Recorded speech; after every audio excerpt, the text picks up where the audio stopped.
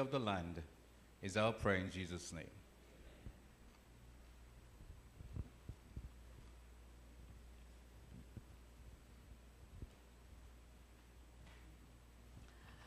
Brethren, I want to introduce you at this time to the Vice President of A.D.R.A, Mr. Samuel Ellis. He will fill us in.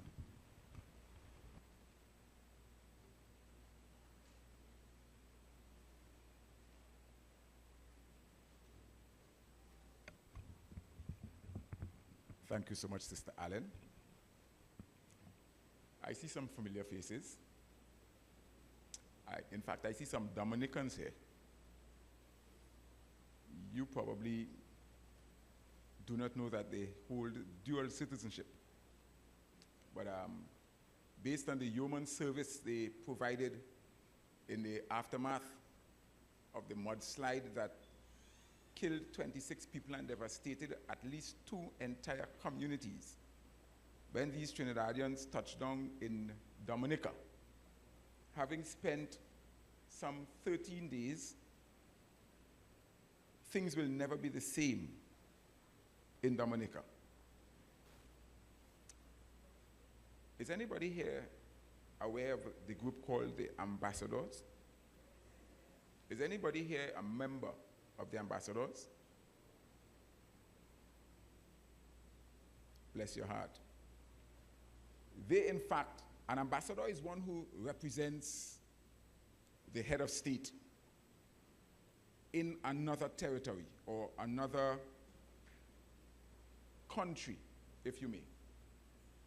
And they left Trinidad and went and they represented. They represented. Did I say good morning? Did I?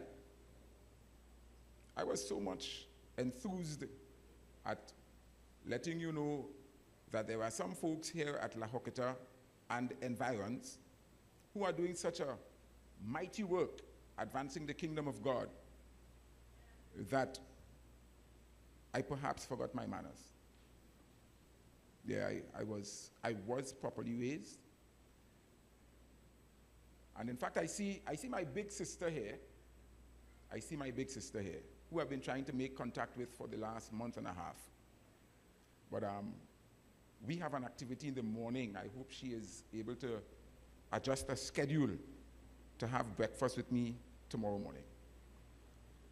But that's not your business, right? If you were close enough, you could see a pin. A pin. It says A.D.R.A. Just a couple of people wear those pins.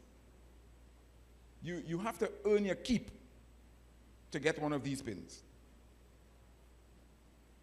You have to toil with A.D.R.A. to get one of these pins. And I'm not beating my own drum this morning, but I'm simply saying that we have a couple of these pins available. And you too can wear one of these pins in time. In time. I just want to advise that there has been an unfortunate double booking. I'm not giving you too much details this morning. You see me. You see me. And the reason why you see me is because I made a commitment to Sister Allen when we spoke sometime last week that we're going to be here. And I decided that notwithstanding the recent developments, that I was going to be here simply because I gave Sister Allen my word. Sister Allen tells me that she's been attempting to get A.D.R.A. present at La Joqueta since 2015, is it? 2015, that's a long time. And that there isn't too much known about A.D.R.A. at La Joqueta. Because I happen to be a vice president of A.D.R.A. Trinidad for the last 5 years, 6 years, I feel adequately able to represent what A.D.R.A. is, what A.D.R.A. does, and to invite you to join A.D.R.A. before we leave this place. The program is going to be different. There's going to be no preaching. When A.D.R.A. goes on its caravans, there's no preaching. Somebody asked me if I'm going up there. I asked for what? For what? This brings me a little closer to you. So we're going to do a couple things today, and you're going to be involved. You're going to participate, in fact. Those folks who I spent those very cherished, intimate moments with in Dominica are going to be involved because they could testify as to what A.D.R.A is and what A.D.R.A does. So permit me to set the record straight. A.D.R.A is described by its president, Pastor Emmanuel Peters, as the hands and feet of Jesus. You would know that he used to be the conference evangelist for a number of years. In fact, he is probably the longest serving conference evangelist. And he said that A.D.R.A is not the voice of Jesus, but the hands and, in other words, A.D.R.A is here to deliver goods and services. So A.D.R.A doesn't preach, because if you do the analysis, if you do the evaluation, you may very well come to the same conclusion like I have, that Jesus didn't win all the disciples he won, or most of them, because of his preaching, and Jesus was a preacher, eh? Jesus was a preacher. But Jesus didn't win those disciples and convert people because he was an excellent preacher. But Jesus was able to persuade people that God loves them because of what he did. And so the text on my mind this morning, the first one that I want to share with you, is located in John chapter 13 and verse 35.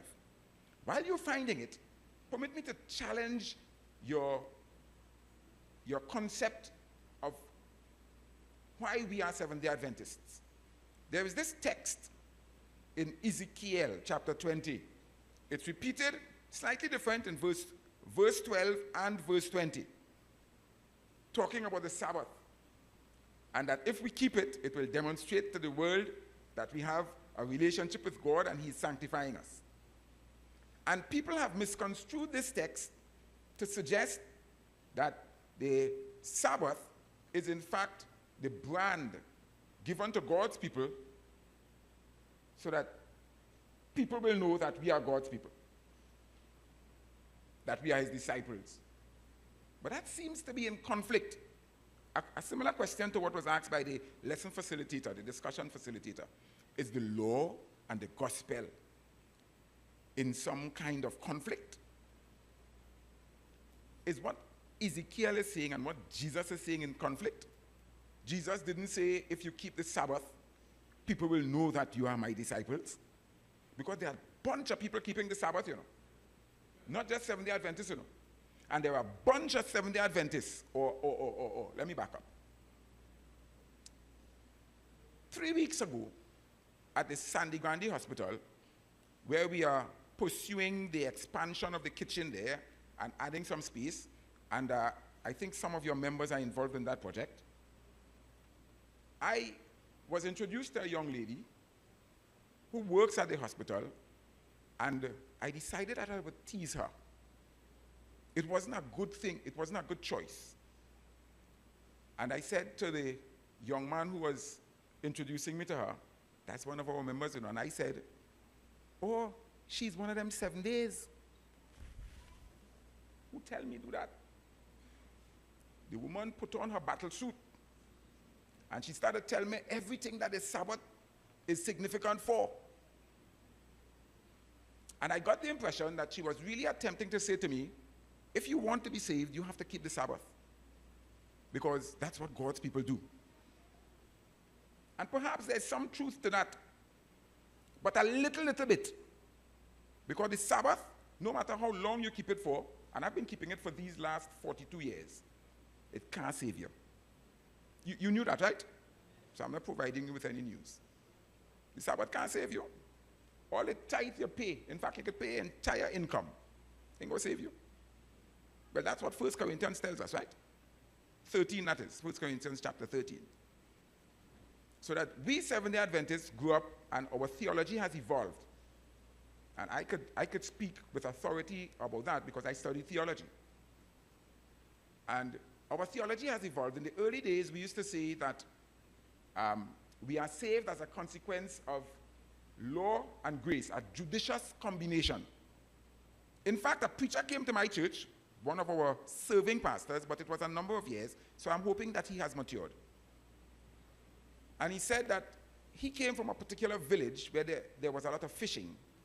And if you wanted the boat to go straight, you had to use the two oars. If you used the one on the left alone, you would go in a particular direction. And if you used the one on the right alone, you'd go in another. But only when you use both of them together will you go straight. And he was making the case for salvation being achievable by a combination of faith and works. The church used to believe that, you know. And then we graduated and said, well, it's not faith and works, it's faith that works. Anybody here long enough to remember that? And we were wrong, twice wrong. And then we further graduated, because you see, the path of the just is like a shining light, right? That goes brighter and brighter until noonday. So we graduated to the point where we said, well, it's not faith and works, it's not faith that works, it's faith in his works. That sounds biblical. So that if anybody is going to be saved at all, it will be because and only because of you accepting all that Jesus has done to guarantee your salvation. And with nothing added, not from you or anybody else. Jesus doesn't need your help to save you. Well, in context. In the context. So when Jesus hung on the cross and he shouted tetelestai, it is finished.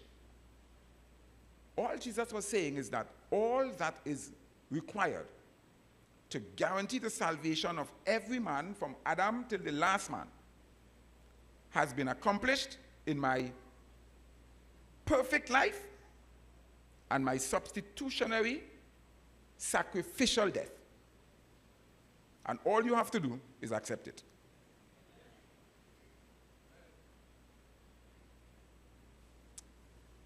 Simple as that. So why does A.D.R.A exist then? Why does A.D.R.A exist as the hand and feet of Jesus? There are people around us who are suffering. Some of us are suffering.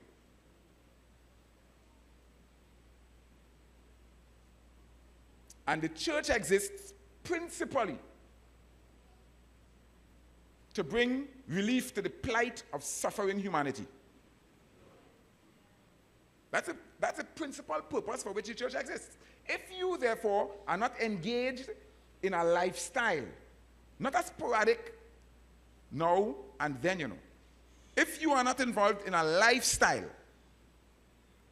that is committed to bringing relief to suffering humanity, you've missed the mark.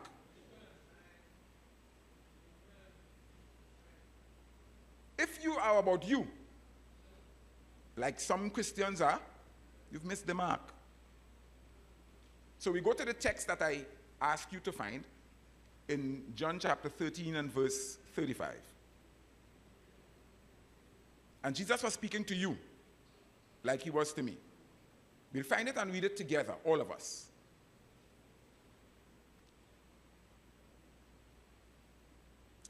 After 4, 3, 4.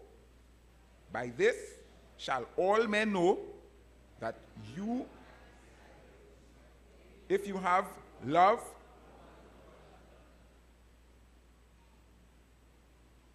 now we could go down the grammatical road and talk about, well, the word for is a poor representation because of the poor translation and all that, but we have teachers in here to do that for you later.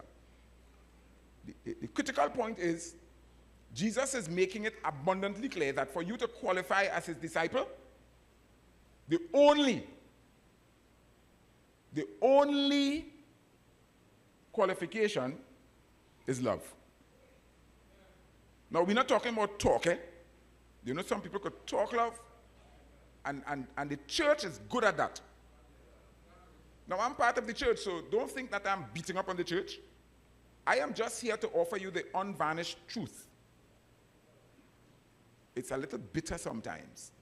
But the church is guilty of occupying space in a community where it does not go about the business of initiating meaningful transformation of the community.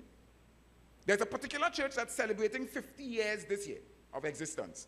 And one of its elders said to me, he said, boy, a shame. Imagine 50 years and barren. I didn't understand. He said, look, you from San Juan, you all have spurned Barataria, El Chico, which did Aranguez, Bugmalatres, Santa Cruz. And San Juan celebrated 80-something years, 89, I think, this year. And this 50-year-old woman, 50 years is still premenstrual, or you probably hit it already.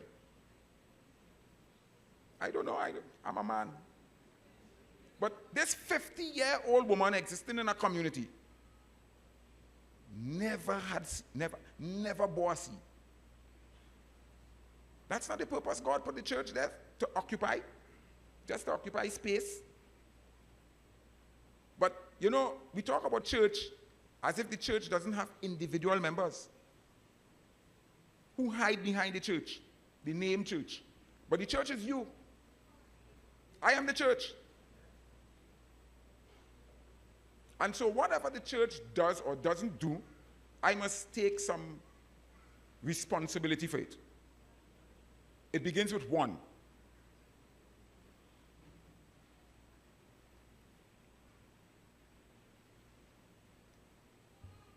So when Jesus said that for the world to know that you are my disciples, you must love. Jesus is saying that's a mouthful, you know. Because in order to love today, it requires a lot of sacrifice, boy.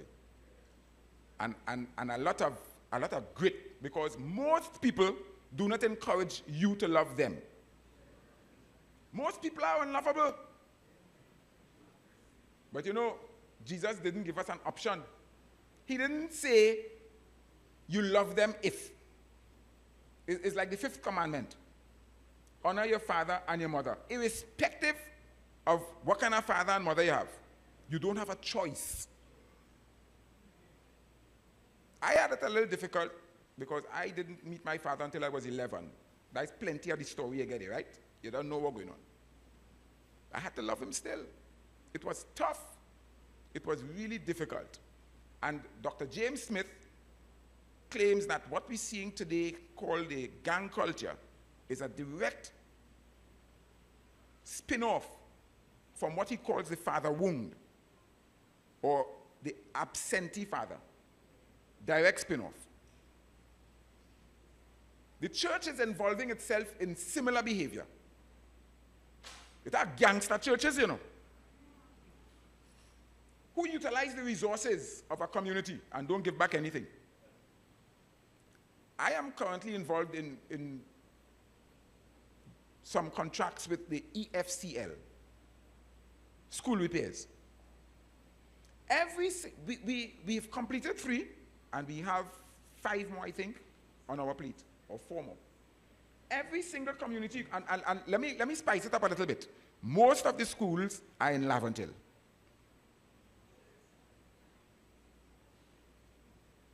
Every community you go to, every school you go to, you meet a different Lord. They will turn up. As soon as you arrive, they will turn up in droves. And if you're not careful, you're intimidated, you run and leave that. And they tell you that you have to employ them. They can't do a thing, you know. And they show you that the tools of their trade. On one day, 7 men came, and all of them had their tools. They came to work. But I am from Laventille. So that's nothing new to me. I used to be the counselor for 11 years for the toughest community in Trinidad and Tobago, Beetham Picton. John Prisgalan. So, you can't kill a dead man. Unfortunately, you've developed the skills to treat with them. And A.D.R.A gives you the opportunity to develop the skills to treat with difficult people as well. Because you go to some people and they feel you owe them. Right? I'll come to that when I discuss with you the brainchild of Pastor Peters called the Happy Home Project. The Happy Home Project. So, there are some gangster churches that feel that the community owes them something rather than the other way around. You know, preachers come to your church and they say, but that does not apply here. I don't know whether it does. You must tell me. Are you giving or taking in this community? When you look at your budget, your annual budget, where does most of the money go? Into your building fund so that you could put up a beautiful edifice. And I'm not knocking that. I'm a project manager, so I love beautiful buildings. But is that the reason why you exist? To put up a nice building in your community? And then what? If that's your priority, you're a gangster church. Because you're not giving anything to the community, you're taking. You understand the concept? So I'm not here to judge you. I'm here to lay the facts out and to determine or help you determine whether in fact you're on the right path. A friend of mine is preaching in St. Kitts today and sought my help with respect to the subject of judgment. That's the subject that they're preaching today. And I said that you should caption it. It's up to you. Yeah, we were at college together, so we talk all the time. It's up to you. God doesn't send fire and brimstone on you because in his discretion, he decides that you're not worthy. Anybody who is lost, choose to be lost. That's not what you were saying in the lesson? Because grace is available in abundance. You know, I argued for years with people, and I took their side that it is easier to be lost. In the debate whether it's easier to be saved or lost, I've been recently converted. I argued for years. And my opening salvo was always Matthew chapter 7, verse 13. Enter in at the straight gate, for broad is the way and wide is the path that leadeth unto destruction, and many there be that go in there, but straight is the path and narrow, and few there. I say, you're born with that nature. That's what you said, right? I heard you say that. From the time you are born, all you can do is sin. But thank God for Jesus. He has made it possible that you could be renewed by the transforming of your mind. And so, it's psychology we're talking about now. Once your mind is transformed, automatically your behavior is transformed. No, I didn't say immediately, I said automatically. We'll work out the details later. But is your church filled with untransformed members? You know that's possible. Dr. Brooks, C.D. Brooks, preached a sermon at the Washington Crusade called Lost in Church. You know there are entire churches that are lost. Now, I can't pinpoint which ones there. I'm not making the case that, but I'm saying that it's possible that entire churches could be lost because you misunderstand the gospel and therefore you misapply your resources in the wrong direction trying to earn salvation when it's already made available for free. So what is A.D.R.A about? A.D.R.A, somebody tell me, sorry. What does A.D.R.A mean? The A.D.R.A, it's not an acronym. What does A.D.R.A mean? Okay, it used to be Adventist Disaster and Relief Agency some years ago. But the name has been changed. The letters remain the same. It's now Adventist Development. So I'll deal with development. Adventist, we know what that means. So we think, right? Those who are currently obsessed with doing everything possible to prepare themselves and all within the sphere of their influence for the imminent return of Jesus. That's what an Adventist is. Or it's the first time you heard it like that. You thought an Adventist is one who just looking for they come in. It's not that passive. You must be actively and or aggressively. Not just be going along. That's passive. You must be the change maker. Yes, do something to influence someone every day. When I pray on mornings, I ask God, almost every day I ask God, put someone in my path for me to bless. Is that a prayer you could pray? And you know he does. And sometimes he puts some of the most difficult people. And because I pray it, I commit myself. I say, Lord, what I going to do? I have to bless them. Sometimes it's difficult, you know. Sometimes you want to do the opposite of bless. Some of us do, you know. Sometimes you want to do the opposite of bless. It's on the tip of your tongue. But bless them.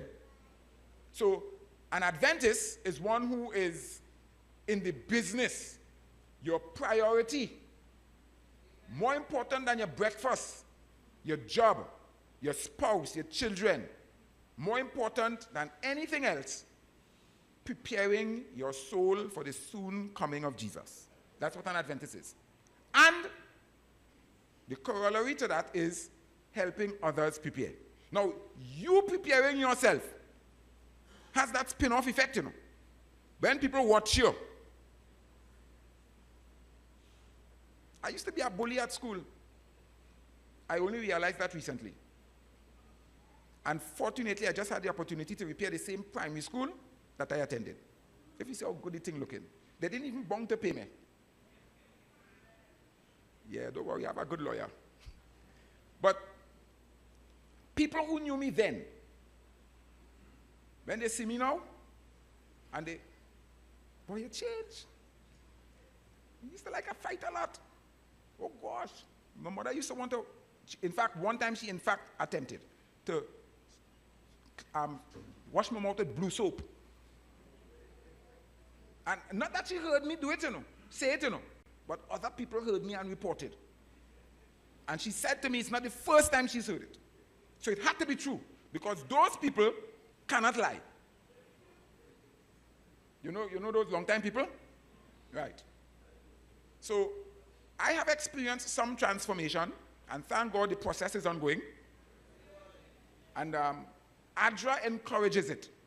Personal transformation in readiness and preparation for the job.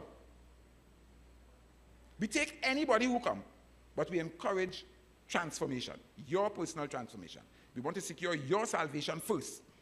Now, the interesting thing is that with A.D.R.A, it's like salvation. Salvation is defined as a hungry man telling another hungry man where to find the bakery. So that I am hungry, I'm not. You see, some of us waiting to be perfect to get involved in evangelism. You'll never. But while I am headed to the bakery, I'm telling other people, it's down there, let me go now. All of us will be fed at the same time. So yes, some of us are already feeding. We're not so hungry, and therefore we can encourage more people. In fact, I can tell people, look how we're looking. I'm eating from that bakery a little while now, you know. You see, I'm not as emaciated as I used to. You hearing my belly growling? Now, I still need to continue eating, but I've already started. Encourage others. So, development. As opposed to disaster. Now, does it mean that because of the name change that A.D.R.A no longer attends to disasters like natural disasters and the like? I think not, because that's the reason we went to St. Vincent 3 years ago when there was a massive flood on the windward side of St. Vincent after a 12-hour deluge that dumped tons of water in St. Vincent. And if you know anything about St. Vincent, the terrain is very hilly. That water running down real fast. So anybody who lives on the lowland, trouble. Thank God it happened on Christmas Eve. People were still up baking, boiling the ham, and the cake, etc. So that not very many people died. Could you imagine getting up at 1 o'clock in the morning and when your hand fall off the bed and it gets wet? I have pictures. I have visited certain locations where the water mark on the building, on the wall, was up here, 4 feet. My bed not so high. So you imagine you're sleeping and that water starting to rise. I hope you could float.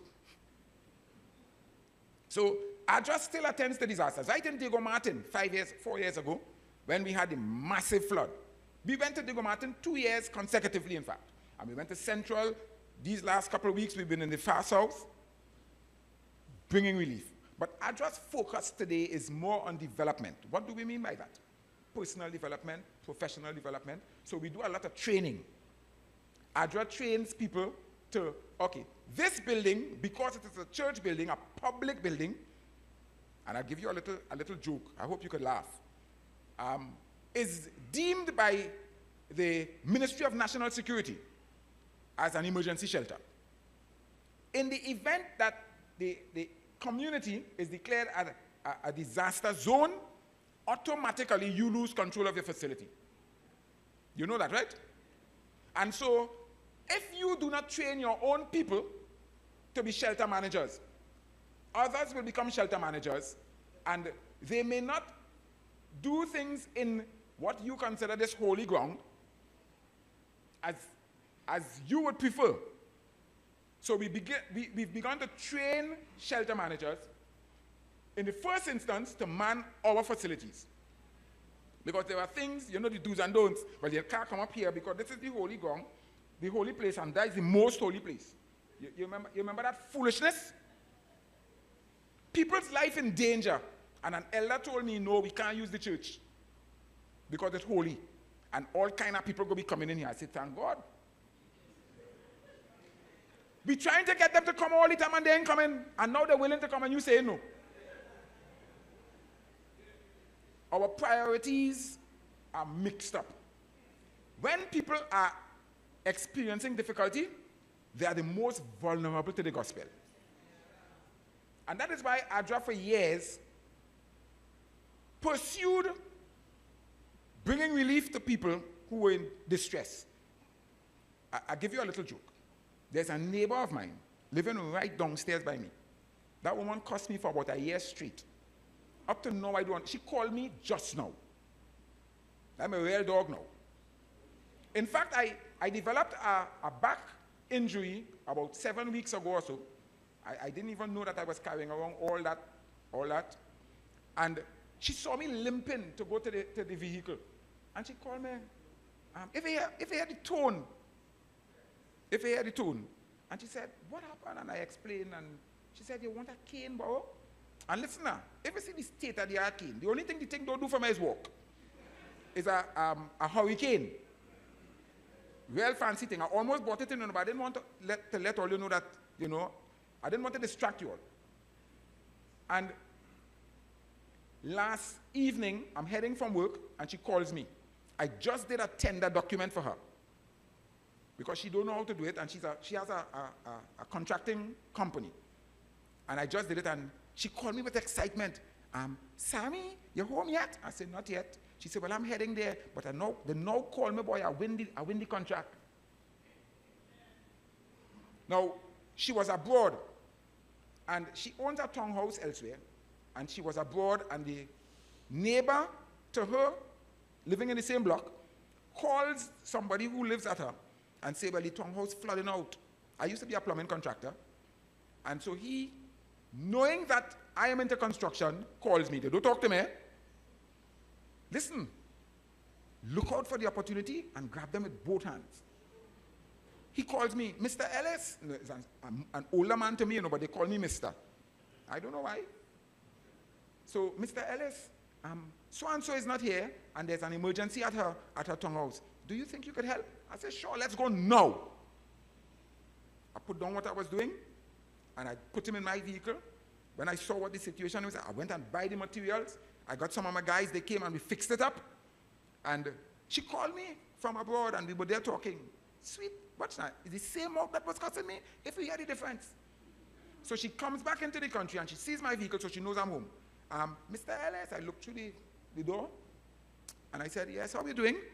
Because we're not friendly, but I had to pretend a little bit now. Now, if you pretend long enough, it will stick, eh? So she said to me, you will send me a bill, eh? And look at me. My son telling me, you're too stupid. She let she pay for she mouth. I say, son, the most I could charge her is about $1,500. You know how much salvation that could buy? Listen now. Listen now. If you see how we function now, don't watch me too hard, you know. That woman will jump on you. I tell you, I'm a real dog now. For what, $1,500? People will never forget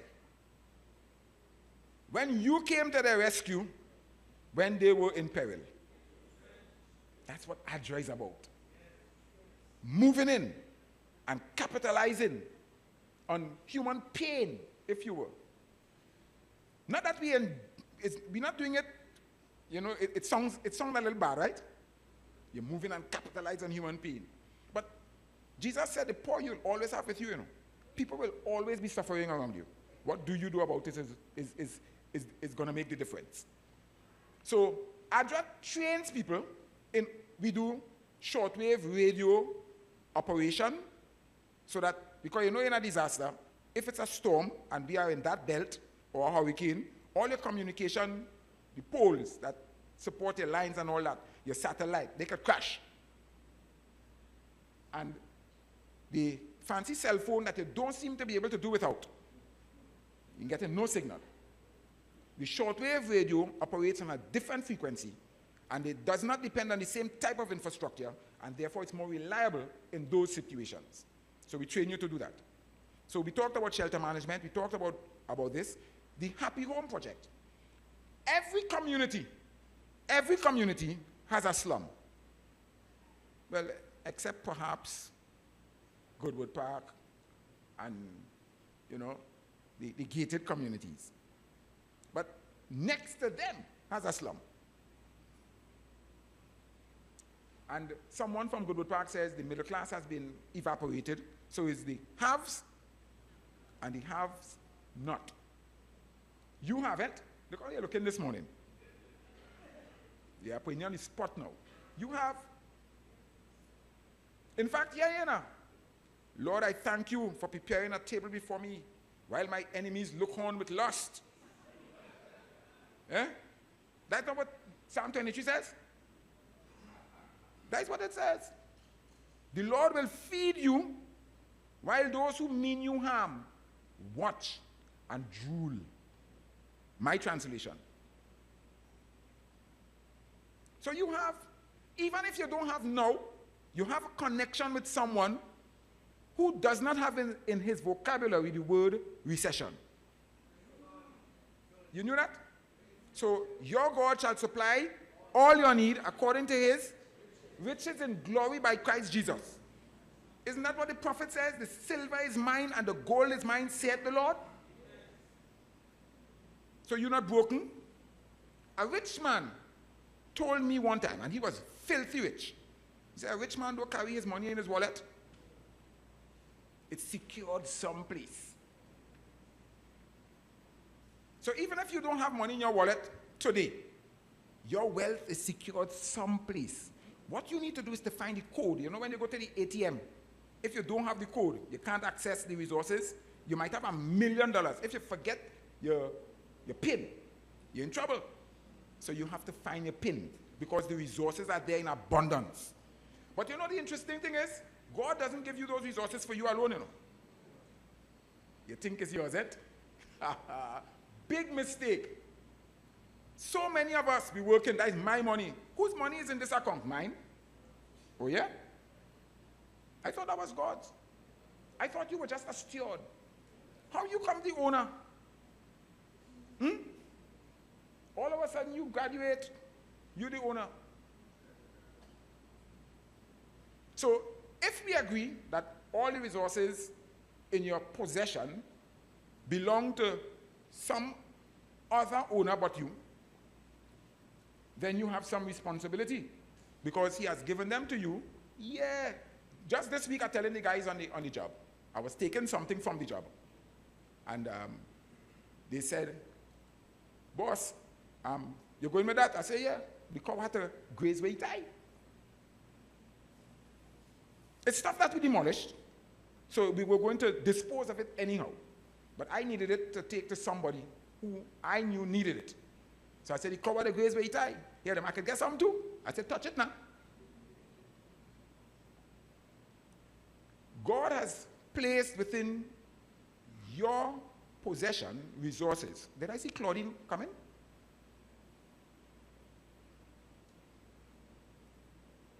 You can't hide, you know. You're from St. Mark's. Part of the old brigade. Yes, God has put within your possession resources for you to manage and to ensure that other people around you are provided with relief through you. When you do that, there are people who you will never get to come to church. And there are people who you will never be able to stop from following you to church. What makes the difference? Preaching to them? Beating them with the Bible? That's what Adventists like to do, you know. God, them is hard nuts, boy. Look how much time I preach. You know how much crusade they went to? How much times did you love them? How much times did you help them when they were in need? Jesus says, they're not going to come because you preach and you teach them about the 2,300 days and the sanctuary and its services and its Bible text down the road. Every day you're WhatsApping them a Bible text. But the children hungry, their mouth white, and you're living right next door. All they're getting from your bread is the sweet-smelling savor. You know how much gospel it have in a loaf of bread? If when you prepare your meal for Sabbath, you know, you like to, not the Sunday meal no more, right? It's the baked turkey and lasagna. Sorry, no, why is the mock turkey? And the lasagna and the this and that. And you put it down and you pass them in. Morning, neighbor. And you come back home and you bring a special friend from church. And you and them alone and the neighbor next door smelling it.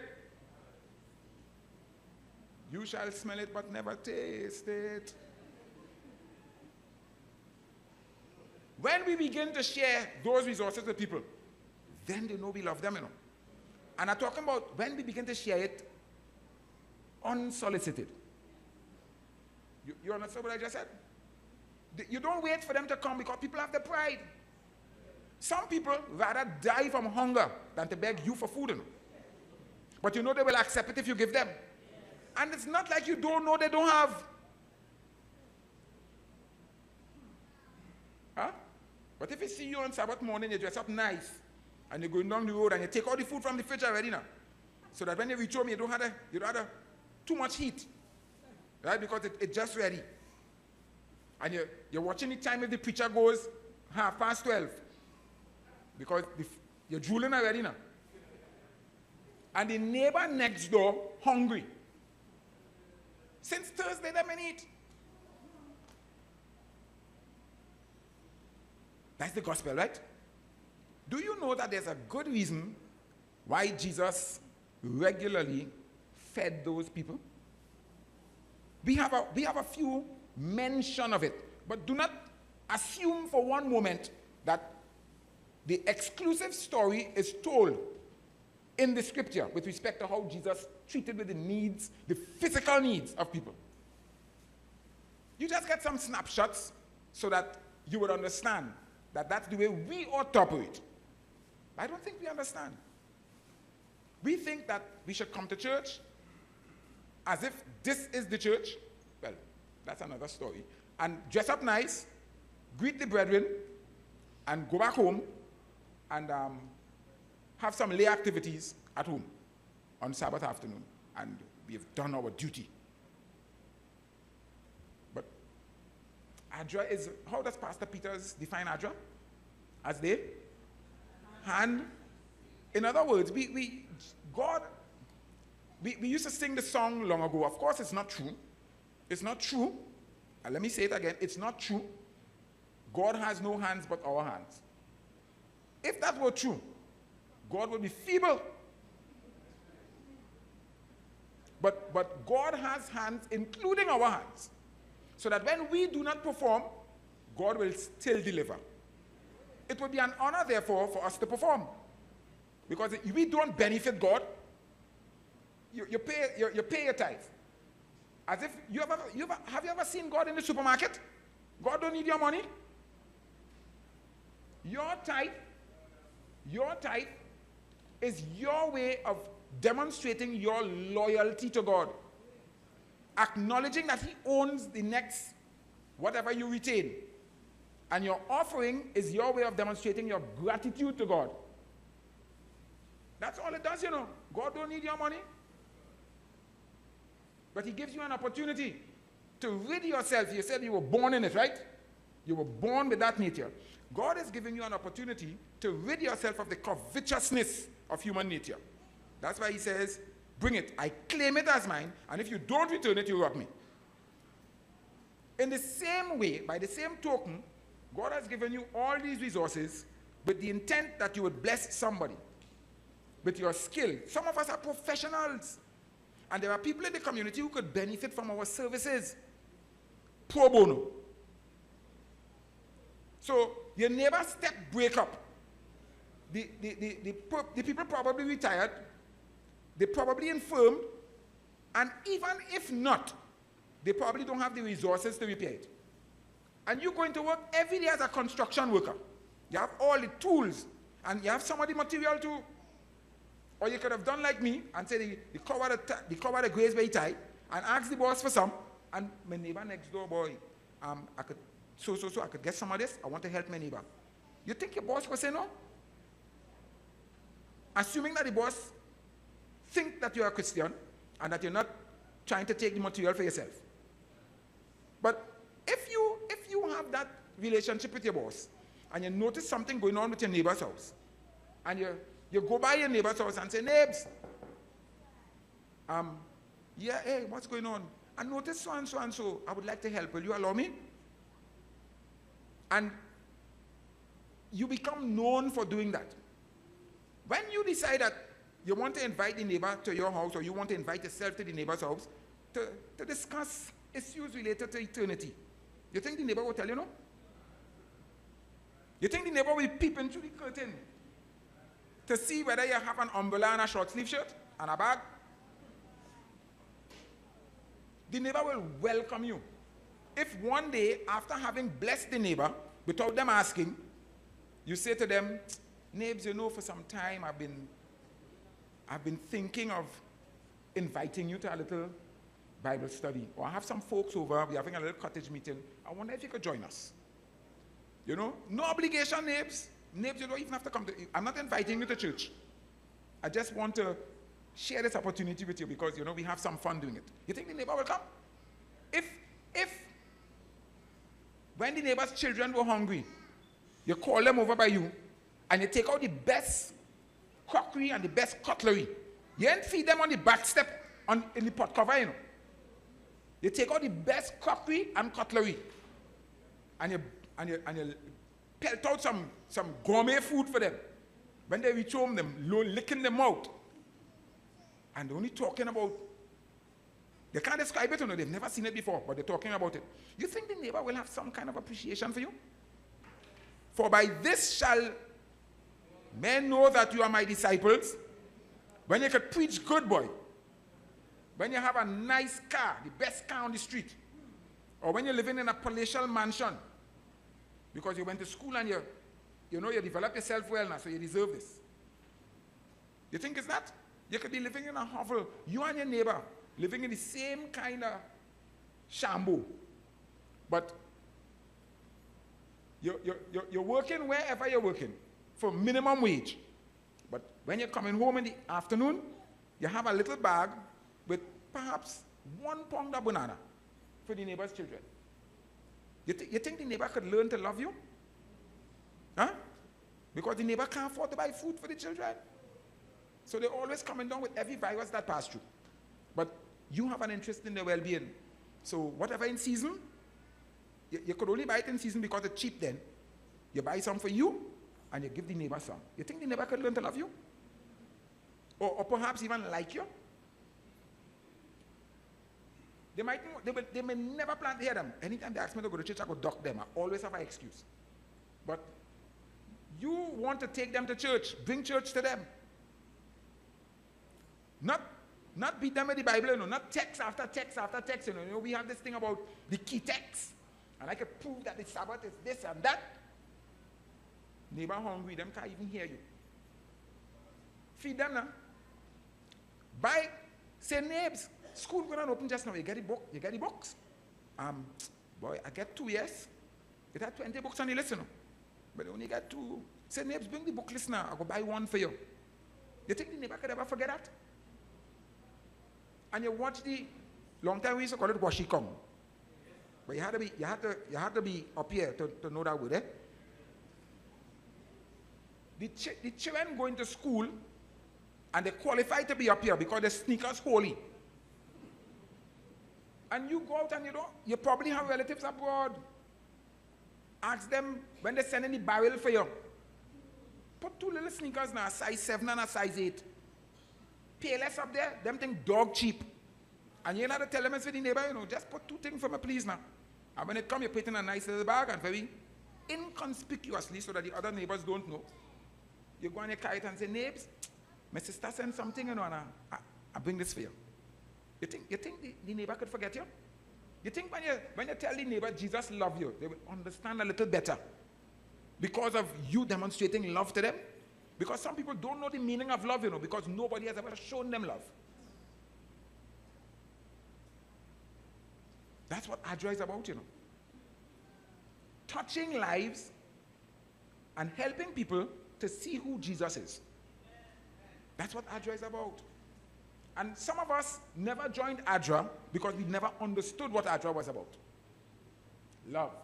So when I give up my Sundays to go somewhere in the country, taking my own vehicle, purchasing my own fuel, A.D.R.A doesn't give you any money for fuel, by the way. Some people will only give you the bright side and don't tell you, well, it will cost you something. A.D.R.A will cost you something. But there's a compensation package. Having been in A.D.R.A for the last 6 years, I am somewhat happier with me because I have gotten numerous opportunities to help someone who was in a little worse situation than I was. And I feel so good about me. I feel I do something. It's really me, For it is God that worketh in you, both to will and to do of his good pleasure. But sometimes I take the credit now. I did this. And so what are you doing, boy? We do so and so, and you feel good. God allows that too, If you understand that it's really he who is doing it in you. So, somebody who went to Dominica with us, put up your hands again. Brother Daisley, not you. Brother Daisley, where's your wife, your steel bender wife? I see your daughter laughing. She didn't know her mother was a construction worker. Or she said she know now. If you see these people work, now I have known Sister Daisley for quite some years because she taught my daughters. In fact, she transported my daughters to and from school. So I have learned to love her and to respect her because anybody who's taking care of mine has to be loved by me. If you see, you wouldn't believe this little woman. No, that's not disrespected, Brother Daisley. I hope you understand. This little woman, if you see how that woman work, I was tempted to offer her employment when we came back to Trinidad. A.D.R.A teaches you skills. Because ask those people who went to Dominica with us, if they didn't come back knowing something more about construction. And some of you feel you don't need to learn about construction until you have to pay the contractor. Who comes to your house to do some repair, and you say to yourself, I wish I knew that. If only I had known that. So the plumber comes to change that tap, and he busts a price on you, $500. And here you now with your MBA, but I don't even earn that much. But I become a plumber.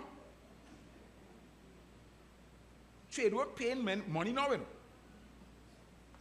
Yeah, trade work paying money. So if you can learn something while you're in A.D.R.A and the opportunity is there, because every project we do, we stop, we slow down sometimes and teach people why they're doing it, what they're doing, and how to do it properly.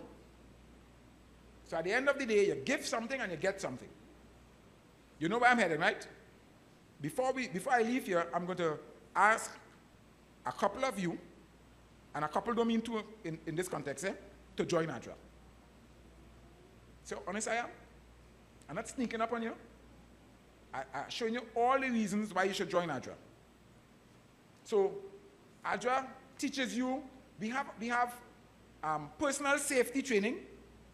We do a lot of emergency training. How? Because you are likely, if you are in A.D.R.A., to be a first responder before the term before, right? So something happens in your community, the services of the state are not able to reach you because there's a flood, some bridge came down, or a landslide, or a tree fell across the road, and the professionals are not able to come in. But you are stuck in. So now you become the big boss because everybody looking to you. Because you could do it. You're probably on the beach, somebody's drowning, you could perform CPR, you're trained and certified. We know what to do because you see, those first 72 hours of a disaster, when sometimes the services cannot reach you, A.D.R.A. So they teach you what to do. If there's a landslide, you know, if there's a flood, all kinds of stuff are taught by different workshops and training programs by A.D.R.A. And we have professional people doing the training. Perhaps you may want to improve your skills and make yourself more marketable. You know how many people doing things that they were not trained for initially? So you have this certificate, but you can't get work. And I tell people all the time that your career is not determined so much by your ambition, but by opportunity. Monday coming will mark 40 years since I entered the world of work. 40. Monday, 14th of August, 1977. And you know, I started to train as a plumber, apprenticed to a brother from church. When I left home that Sunday morning, the 13th, I didn't have a clue that I was going to, the next day, start training as a plumber.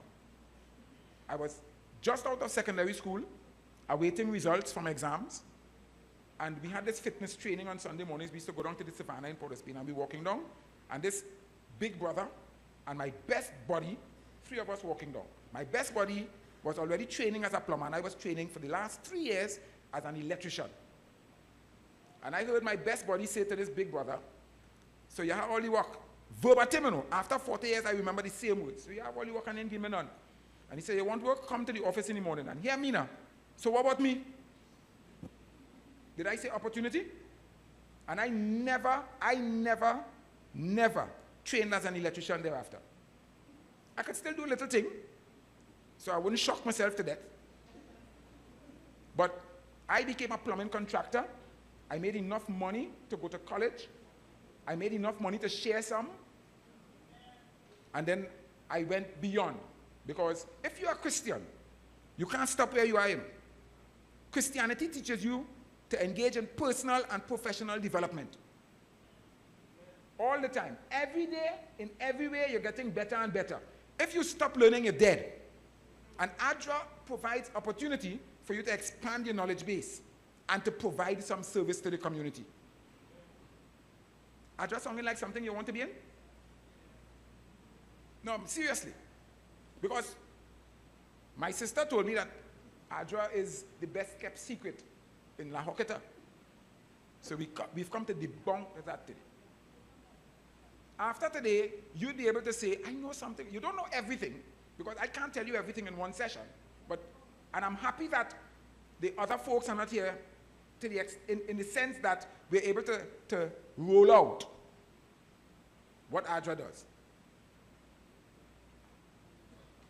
So regularly, we go to various communities. The last Happy Home project we worked on is, we saw this, the principal of the Matura Primary School, who happens to be a Seventh-day Adventist, had these students at a school, and they lived just 4 houses away from the school. But you wouldn't like to see where they lived. 5 children and 2 parents, you wouldn't like to see where they lived. I thought I came up the rough side of the mountain, but they were on the precipice. I mean, it was really, really bad. And the principal knew Pastor Peters because he preached at some crusade, and she knew his A.D.R.A director, and she engaged him and sought his help. So this year we didn't travel. We stayed home this year because every carnival, we go to some foreign destination. It's a nice working vacation. Right? You have to pay for your own ticket, but it's a nice working vacation. You still have some fun. You do a little touring, etc., etc. So I've seen 2 souffleurs. I've seen the one in St. Vincent, and I've been to the top of the mountain in Dominica. Yes. And this year we stayed home because of that need. And there was a starter home, just half of our house. You ever seen half our house? There was half of a house, no roof, just some walls, and we decided to add the other half and to spruce it up. By the end of the carnival weekend, it was looking like some place you could go live. And then a couple Sundays thereafter, we went up, and I'm pleased to report that the family now has a 2-bedroom house, and here the interesting thing now, with 2 bathrooms. Yeah? They're better than some are we. Kitchen, living and dining room. People offering them money for the property now because they were squatting. They now have tenant at will, and it's 2.5 acres leading from the main road. And here now, just before Boyne's Resort, they're right before Playa de Este. The property, 2 buildings before. So it's prime property. And people offering them millions. Millions for the thing because they're looking good now. We yet to add a porch so that the children could breeze out. They could come and relax. And we feel, wouldn't you have liked to be part of that project? If you see the smiles on their faces. And here now, we decided we're not going to invite them to church. So the mother came to us and said, but Pastor Peters, how come Ollie ain't inviting us to church? He said, no, well, we know that whenever Ollie ready, Ollie will go down because there's a church right in Rampinalgas. Not too far. And we were inviting them. That's why they asked us why we're not inviting them. You understand what I'm saying? You understand? How about you go about the business of inviting people without inviting them? By loving them. Because there's nothing, no more powerful invitation than that one, when you could benefit them. It's almost impossible for them to say no. But you have to time it. You have to make it, if you make it appear that I did this only so that I could increase my membership records, you're in trouble. But if you genuinely go out there and you do it from a loving heart, they will invite themselves. And let me put it this way. The Seventh-day Adventist Church in the Caribbean has a revolving door. We call it the back door to the church. An attrition rate of 40%. That is to say, for every 10 people that come in, 4 people leave. It may not be out of the 10, but from the church population, for every 10 people that come in, 4 leave. How do we slow down the back door or the revolving door? How do we? Some crusades that we keep, we bully people to come into the church. You know that, right? I have watched the styles of some evangelists, and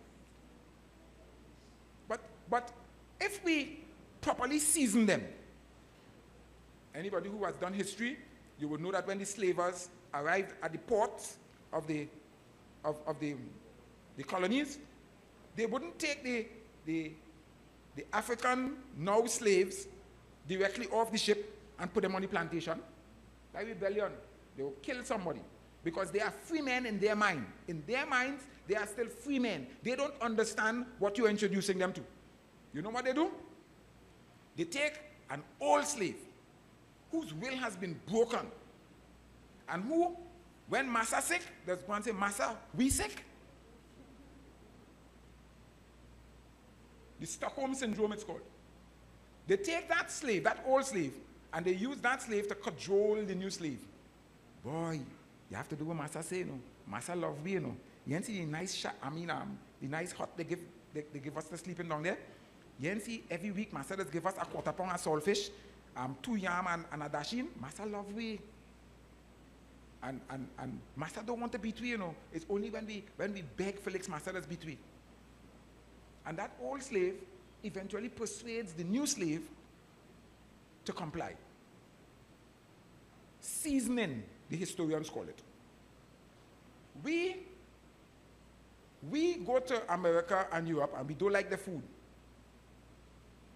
Because they would take the chicken and they would put it in the sink, wash it, put it in the pot, and just sprinkle 2 things on it.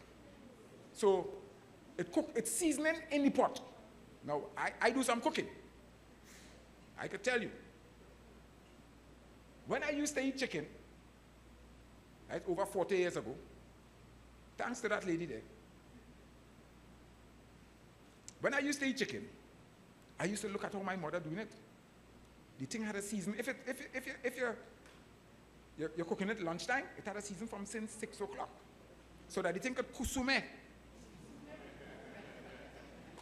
So that the seasoning will penetrate. The word is ramify. It goes down to the cellular level. So that when you put that thing in the pot, the neighbor, all of us, the neighbor ain't talk for the morning, you know. All of us said, names, it's something they want. The same principle applies to the Christian. If you just take the Christian, if you just take the sinner, wash them and assume that they automatically become a saint, you're mistaken. There's a process. We talk it, you know, but we don't believe it. There's a process called sanctification, which Ellen White describes as the work of a... But we must engage in the process. The Bible teaches, teach, baptize, teach. You read that in Matthew? Matthew 28. Teach, baptize, teach. As soon as we baptize them, we abandon them in a lot of cases. And I'm not aware as to what system is in place here, because there are people here in leadership whose integrity I have a lot of confidence in. So perhaps it's a little different here. Perhaps. But in a lot of churches I've been to, we teach, baptize, and go to another group to teach and abandon that flock. And so they fall away. If you want people to come and stay, you have to make staying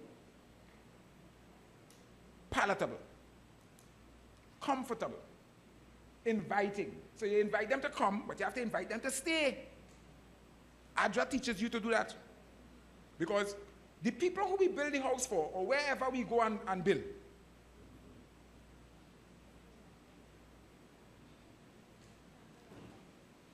they don't see us for the last time when we drive the last nail or pull the last paintbrush. Whenever we're in the community, we visit with them. We call that in evangelism follow-up, right? Not so? I fired my life insurance agent for that too. No service. He got my money. He got his, what do I call it? He got his commission. And he thought that the job was over. But he didn't know that I had a life insurance agent before him who used to provide service, so I had become spoiled. And when he therefore was doing it differently, I was alarmed. And I called him and I asked him, is this the way you do business? And he asked me, what was my problem? So since he didn't know what my problem was, and he should have known, I fired him. As a Christian, you have a responsibility not just to engage people, but to maintain the relationship. And so, because you give them food one day, That will last for the next couple months, right? And if their circumstances have not changed, you have to keep on the job. So yes, we do a lot of hampers. When there was the storm in the south recently, we networked all our A.D.R.A personnel in the central to south region because it was easier for them, and we created all these hampers, and we went down there a couple weekends in series, because you wouldn't reach everybody in one shot. Permit me to come home then.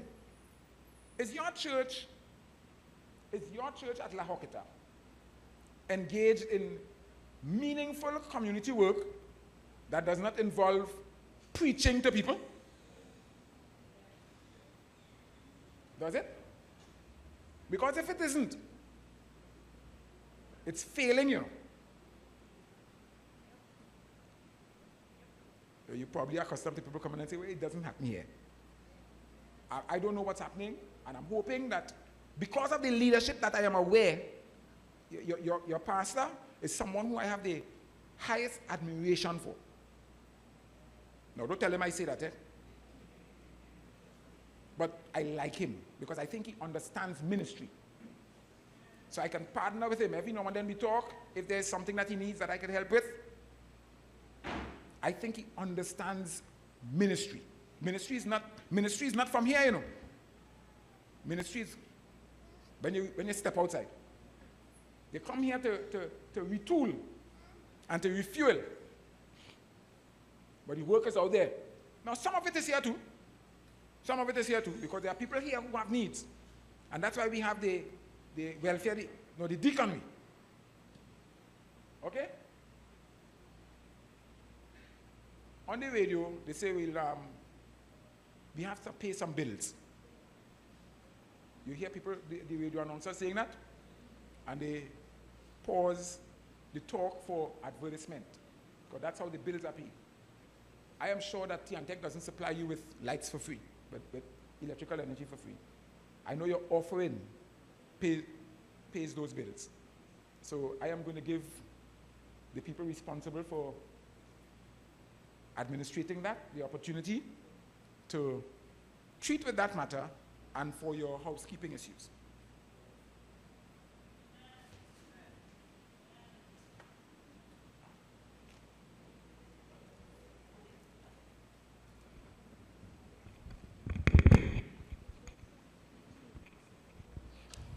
Good morning, church. These are the announcements of Sabbath, the 12th of August, 2017. There will be meet and prayer tomorrow morning at 6 a.m. right here at the church. Meet and prayer tomorrow morning right here at 6 a.m. Join us right here for our Wednesday night prayer service at 7 p.m. this week. All members who didn't receive a prayer list last 2 Sabbaths are asked to check the church clerk to get your copy. Right? There's a prayer and tea on this Sunday, the 13th of August from 4 p.m. Right? Prayer and tea is on this Sunday, the 13th of August, right here at the church. For more information, please see Sister Irvin. There will be a team ministry church assessment on Sabbath, the 19th of August. That's next Sabbath. AY time. Please plan for it and see you there. A visitation blitz by the pastor and team fellowship and visitation has been planned for Sunday, the 10th of September from 9 a.m. to 12 p.m. As we draw closer to this date, further information will be provided to you. The church clerks are thanking you for cooperation as the church continues updating its membership information.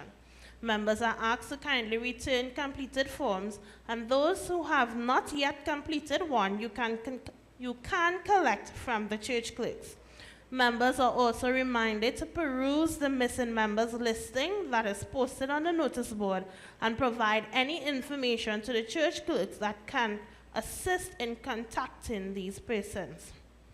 Community services meeting this evening, right here after AY. All members are asked to make every effort to attend this meeting. That again, community services meeting this evening after AY. All members are asked to make every effort to attend. National Sports Day is scheduled for the 27th of August at the Larry Gomes Stadium from 8 a.m. Let's come support and have fun on that day. Please remember to donate food and clothing to help those families who are in need. The barrel has been placed at the back. In the kitchen area, the barrel has been placed at the back. Members can also contribute school items to assist families as they prepare their children for the new school term.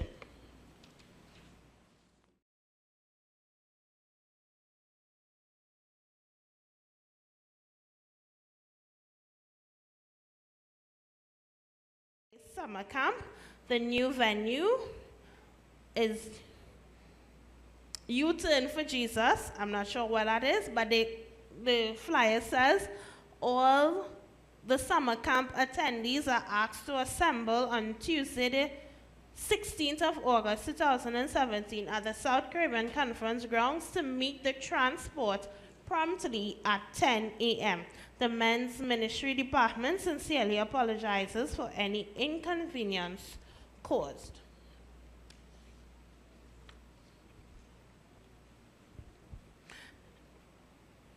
Coming from the women's ministries, Women's, Children, and Adolescents Ministries from South Caribbean Conference, Christian greetings. Ready, set, let's go. The End It Now 5K Walk and Run event is definitely on for Sunday, August 27th. The walk and run begins promptly at 7 a.m. Participants and supporters are asked to assemble at a venue in Arima. More information is going to be posted on the notice board.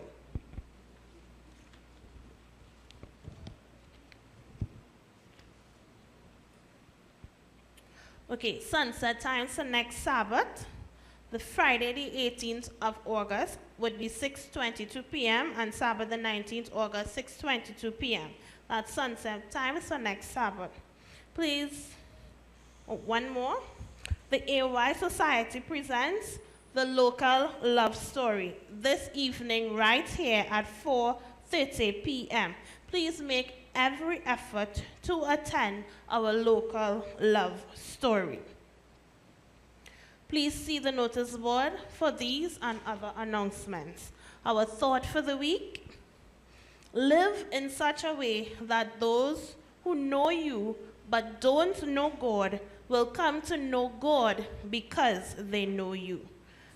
Do have a good week.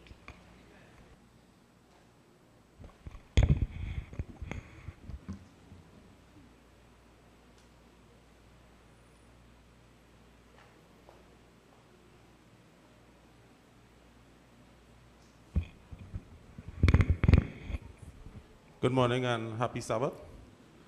At this time, we want to have the deacons and deaconesses take our tithes, offerings, and gifts. We ask them to take their places as we reverently bow our heads and close our eyes and lift our hearts to heaven.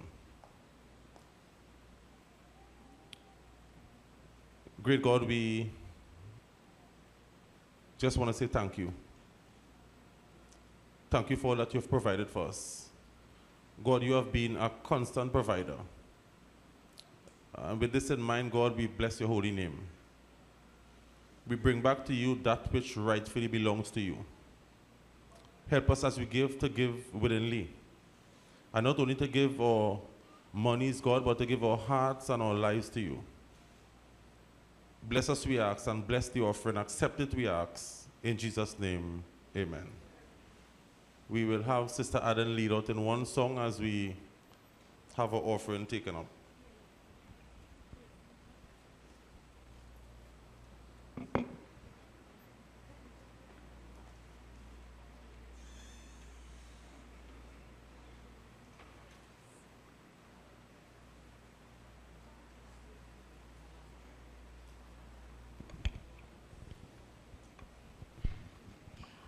take your hymnals now and turn to hymn number 92.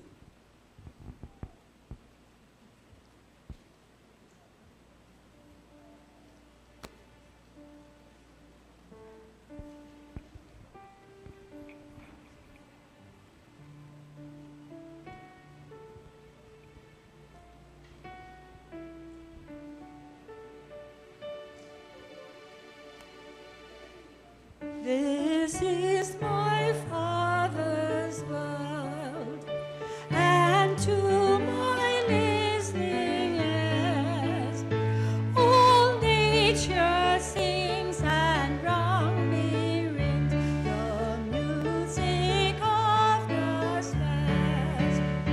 This is my Father's world.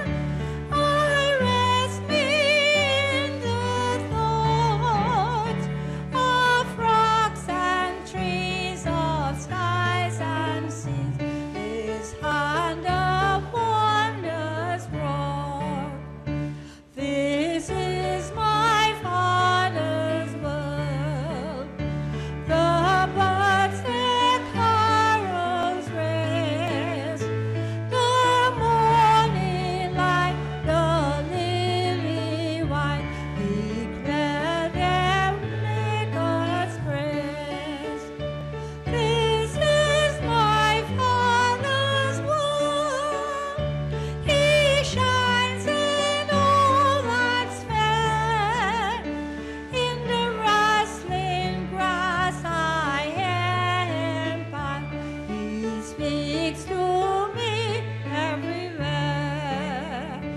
This is my Father's world. Oh, let me never forget that though the wrong seems of so strong, God is the ruler yet. This is my Father's world. Why should my heart be sad? The Lord is King, let the heavens ring. God reigns, let the earth be glad. Amen.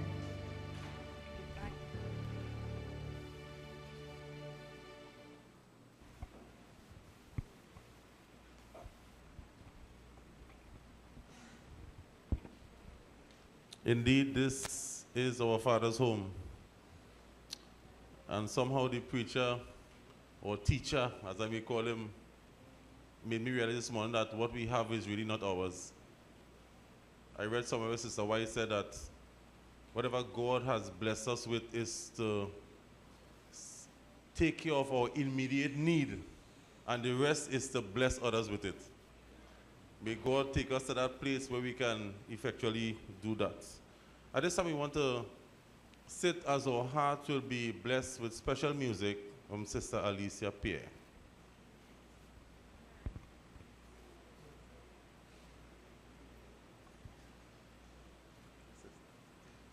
Oh, the Pierres, that is, sorry.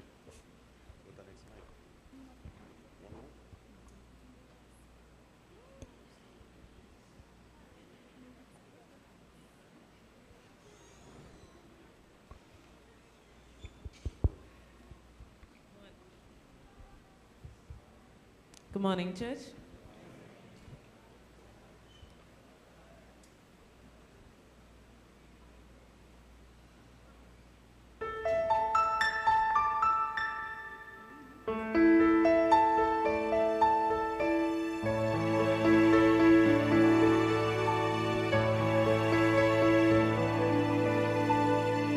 Wonderful, merciful Savior, precious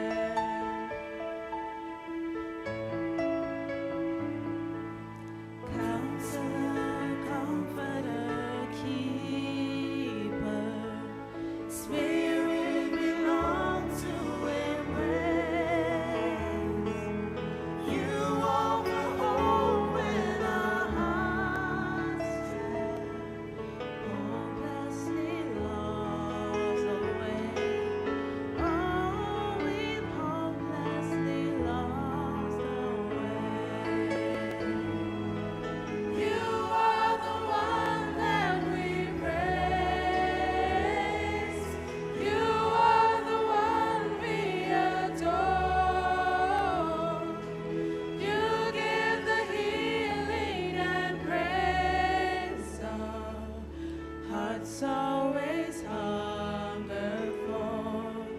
Oh, our hearts always hunger for. You are the one that we praise. You are the one we adore. You give the healing and praise. Our hearts always hunger for. Oh, our hearts always hunger for.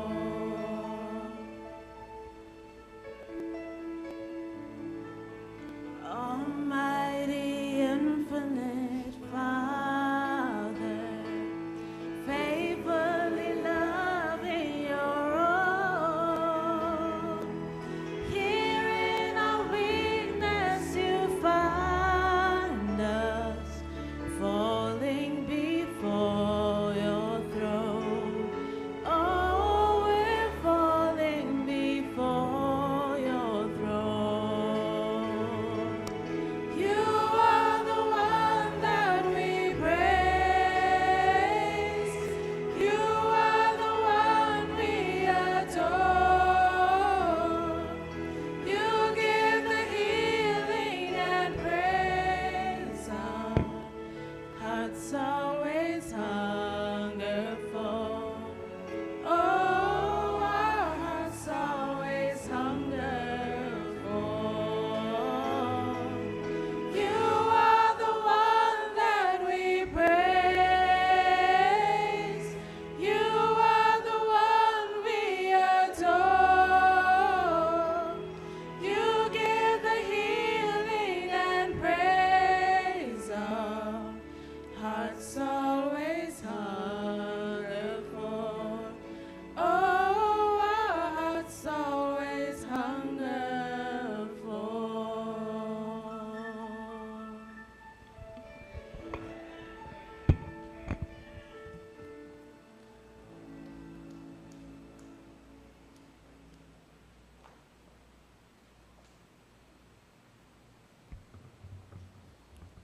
A pair of peer sisters.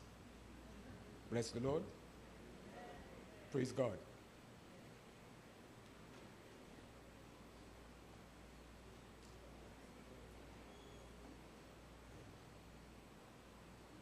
In Luke chapter 15, one of the, perhaps the most famous of parables spoken by Jesus is recorded there.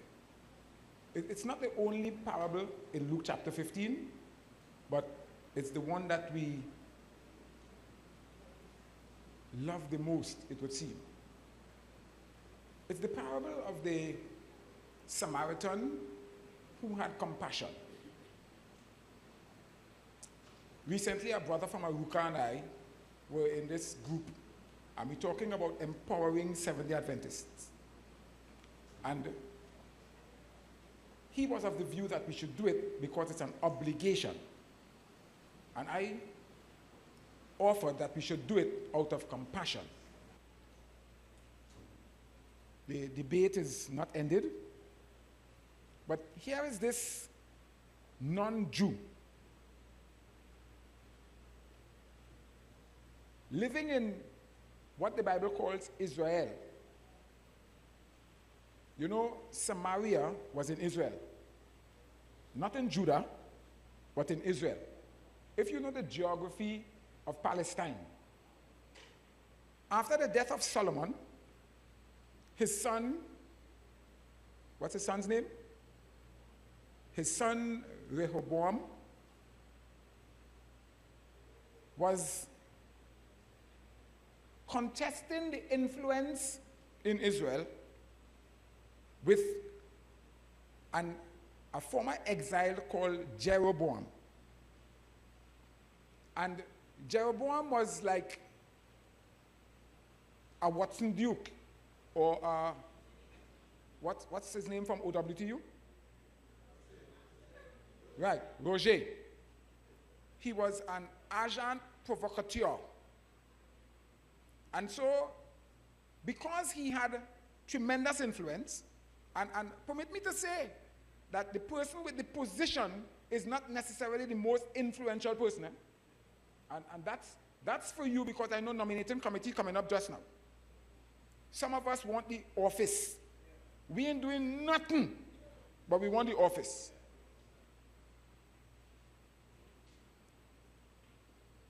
Rehoboam was given the best opportunity possible to consolidate the energies of Israel.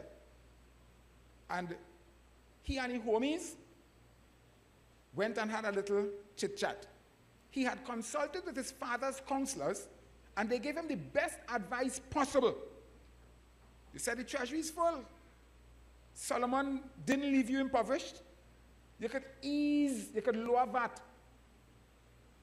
We did it in Trinidad.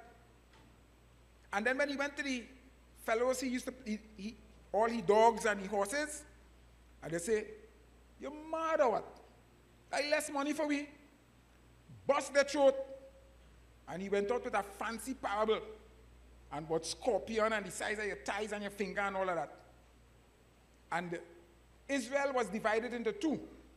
10 tribes to the north and 2, Simeon and Judah, to the south. And so, or it's Benjamin and Judah. I stand corrected.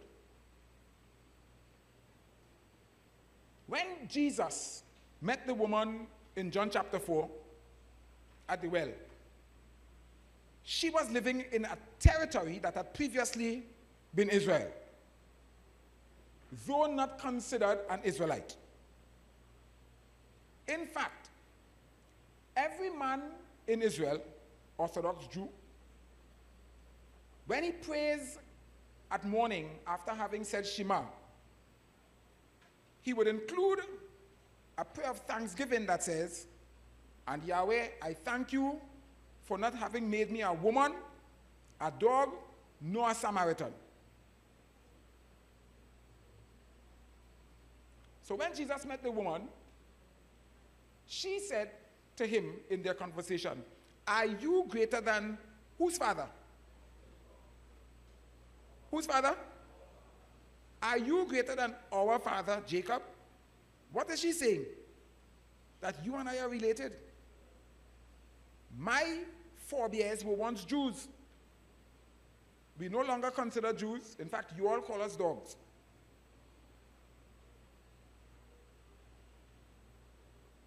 She was representing a group of people who were despised by the Jews, because having started off right, they mixed the religion and brought in, they tainted the religion.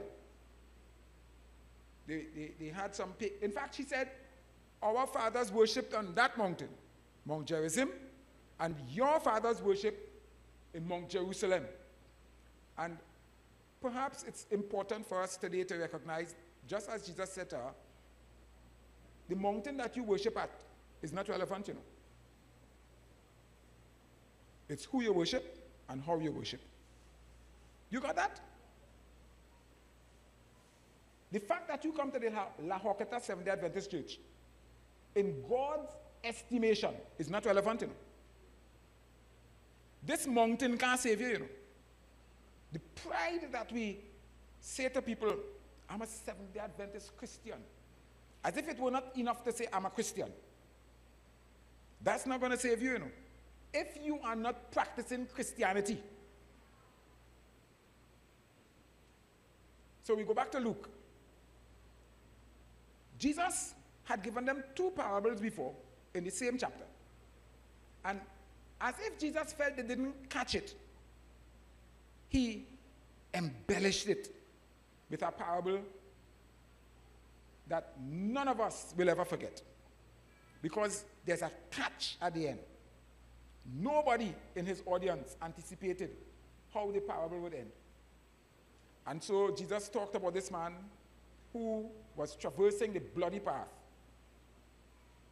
I have walked the bloody path twice. It's no longer bloody, well, not as it used to be, because there are street lights now, and the little areas where you could hide, they no longer exist. And the Israeli Defense Force always passing there, and the police, and if you try to rob anybody there, you'll get catch. You'll get caught. So, Jesus told this story, and he had them listening. I mean, they're just there. This man who went down and he was ambushed. I can talk like this because I am from Laventille, so I would say the man was passing through Laventille. And you pass through Laventille, you're not a Laventillian, and you pass through Laventille after 9, things could happen. I'm telling you, because of what we're doing in the Laventille community with the schools, I employ quite a number of those young men, and most of them belong to some gang or other. This is Paradise. Between Paradise and Plumbago, you have a gang here and a gang there, and they can't come here and these can't go there.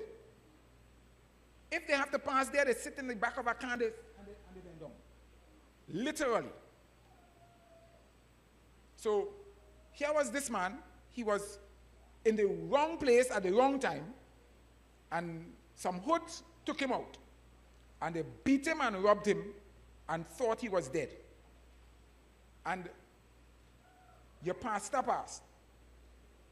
But I already told you that that's my friend, so you know it's not him I'm talking about, literally. But the pastor passed.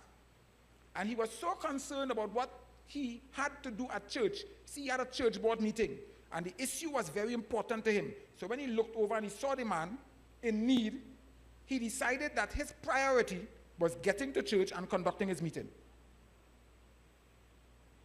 And then the head deacon passed. And the head deacon saw the man still moving a little bit, and he heard the groans, and he went a little closer to see what was wrong with the man. And he said to himself, perhaps it's a trap, or the people who waylaid this man still around. If I stay here, I'm concerned about what might happen to me. And he took off because he had the church to clean. And then someone else passed.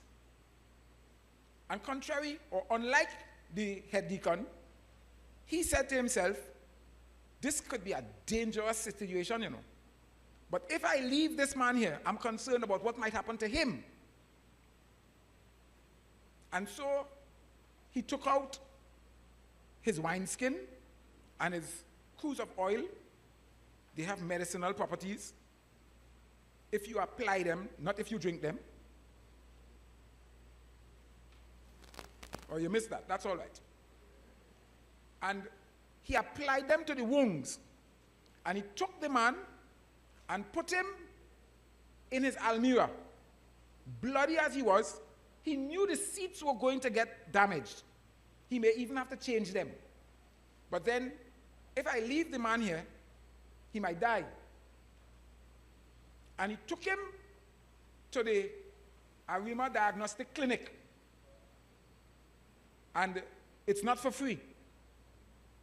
And he paid whatever he had in cash, and he left them his credit card number, just in case the bill is beyond what he paid. And then Jesus did the unexpected. He said, that man is a Samaritan. The ones you despised, the ones who you think could never possibly benefit a Jew. And that shocked them for a moment because they didn't see it coming. There are people in our community who we've categorized. I will help him, you know. Where is she? You ain't see how she living?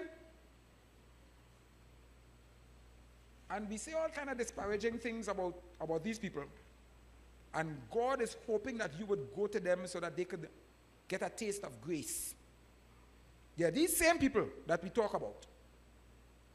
They are living the way they are living only because you have not as yet gone to them to introduce them to Jesus. And Jesus is depending on you. Because what does Pastor Peter say? Put the ground beam on top the ground. Any builders here? I said it's called the ground beam because it's in the ground. If you put it on top of the ground and there's enough deluge, water could get in under your foundation and affect your foundation. There's something called capillary action, where the dry stuff underneath, you know the process of osmosis? Right, it sucks in real quick all the substance. So the water that comes around your house, all is sucked in underneath. Your floor cold like hell.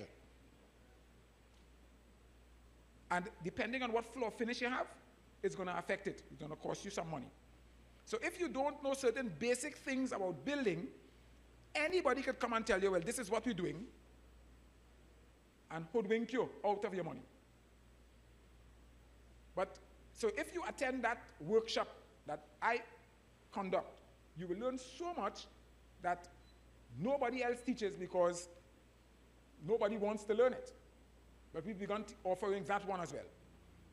So in your home, you could protect yourself.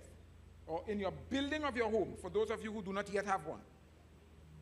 It's not rocket science, but you could get some of the information. And so when the neighbor is doing their building next door, you could take your little hammer and your little nippers and your saw and you go over and say, neighbors, I could help you. I went to a workshop that A.D.R.A was hosting, and I could cut, bend, tie, and place steel. I could cut a straight line on your board to create your formwork, what we call boxing. I could cut a straight line because some people cut the line, and it's like when you're going down the old Southern Main Road. All right? It's a simple process. We could teach you some simple tips to make life easier for you and your community. Because that's what A.D.R.A is about, building your community. It's not just about disaster, it's about how to avert disaster. And even if disaster comes, how to survive it. A.D.R.A has all these workshops that your coordinator here at La Joquita, from henceforth, will make you aware of. So not just she will be attending, but other people who are interested. Some of you the church will sponsor, and others of you will come on your own and pay for yourself. Because you realize that A.D.R.A is offering skills that could help you to live a better life. Better for you and better for your community. You know what it is to go on a project or a disaster takes place around you. You want to help, but you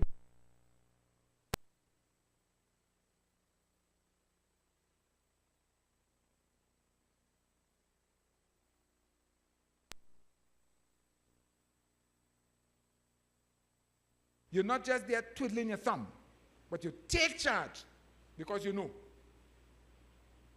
You know what to do. And thereafter, your neighbors will respect you. They will admire you. And in the event you choose to invite them to come fellowship with us, they may think that this is a good place to be, especially if they know that the church helped you to develop the skills that brought relief to their plight. You understanding why A.D.R.A is going the way it's going and why it's succeeding?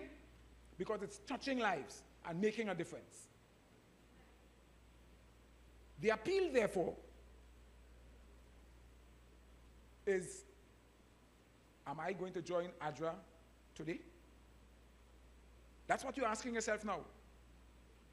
Given what Brother Ellis has put before us, is A.D.R.A something that I want to associate myself with? Because it could benefit me in the first instance, in that I will develop skills that may save me and my family. And I may develop skills that could benefit my community should there be a disaster. And even if there is no disaster, I am networking with a group that should there be any need in my community that is beyond me, I can call my colleagues and they will come running and be the Good Samaritan. You may never get the family or the individual to join the church. But that's not what we're talking about. That's not what we're talking about. Leave that to God.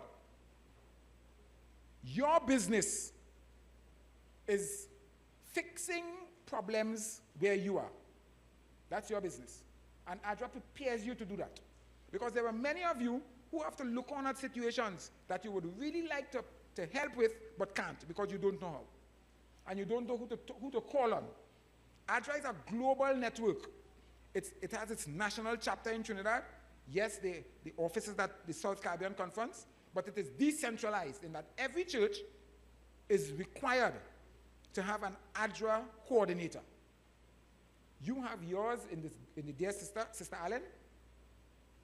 And Sister Allen's responsibility is to provide you, keep you abreast of all that A.D.R.A is doing, and to encourage you to participate in A.D.R.A activities. You know, we used to say every member of the church is a welfare member. And it wasn't just the senior citizens in green. I am here to tell you today that everyone being a Seventh-day Adventist ought to be a member of A.D.R.A. Because A.D.R.A is living the gospel. Not just preaching, A.D.R.A is living the gospel. And I'm a product of A.D.R.A. I have been blessed tremendously by seeing people's frowns turn to smiles as you bring relief to their situation, touch their lives, give them hope, give them a brighter future. And therefore, I stand here before you today to invite you, any one of you, perhaps every one of you, who is persuaded that God has placed you on this earth, you know, like in Esther. Anybody knows Esther 4:14? It's the most popular verse in the book of Esther. And who knoweth? And who knows whether you exist at this time of Earth's history because of situations around you that God has equipped you to solve. That's what Mordecai was asking Esther, you know. God has wired each of us differently.